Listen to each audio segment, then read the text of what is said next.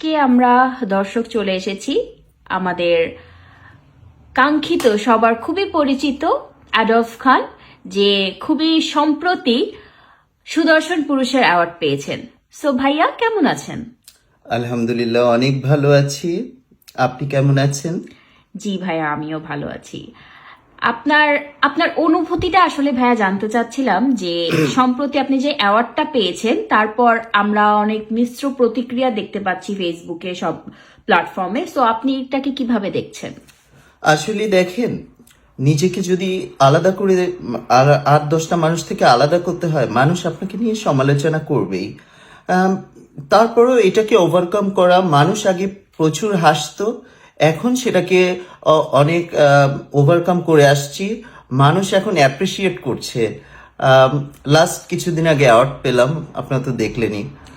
জি জি ভাইয়া, খুব ভালো লাগলো। ভাইয়া, আমরা যদি আপনার কাছে আপনার আউটফিট কস্ট, আপনার জুয়েলারি কস্ট এন্ড এভরিথিং জানতে চাই, আপনি কি আমাদেরকে বলবেন? জি অবশ্যই। আসলে আজকের আউটফিটের সাথে আমার ভার্সিসিটা যাচ্ছে। সরি, নিউ মার্কেট থেকে কেনা বলে এটা এমন সময় খুলে গেল, ইন্টারভিউর সময় খুলে গেল।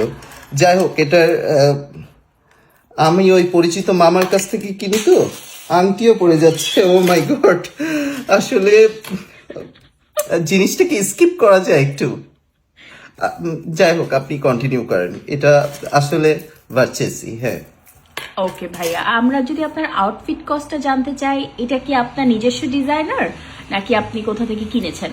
সব সময় আমি চাই নিজেকে একটু আলাদা করতে। আমি এই প্রোডাক্টটা যখন নিয়েছি, এটা আমি চকবাজার থেকে কিনেছি। ওখান থেকে আমি সামান্য ওইখান থেকে লেস কেনা হয়েছে, প্লাস এটার সাথে আমি নিজে সেলাই মেশিনে কাজ করেছি, এটা নিয়ে কাজ করেছি, হাতায় কাজ করেছি, বুকে কাজ করেছি, আর একটু ব্যাকে কাজ করেছি, কারণ আমার কাজটাই হচ্ছে পুরুষদের আকর্ষণ করা আমার ব্যাকে। আচ্ছা আচ্ছা। সো ভাইয়া, আপনার সাথে কথা বলে খুবই ভালো লাগলো। আমরা যদি আপনার মেকআপটা খুব ডিটেলসে দেখতে চাই, আপনি কি এটাতে রাজি জি। হবেন?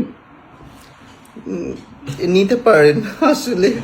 ওকে, আপনার মেকআপটা আমার খুবই ভালো লেগেছে, আর এটা আপনাকে খুব স্যুট করছে ভাইয়া। Thank you. থ্যাংক ইউ ভাইয়া, ভালো থাকবেন। আপনিও ভালো থাকবেন, দোয়া করবেন, দর্শকরা আমার জন্য দোয়া করবেন, আমি যেন নেক্সট আপনাদের মাঝে আরো নতুন কিছু আনতে পারি। Thank that's it. You. Thank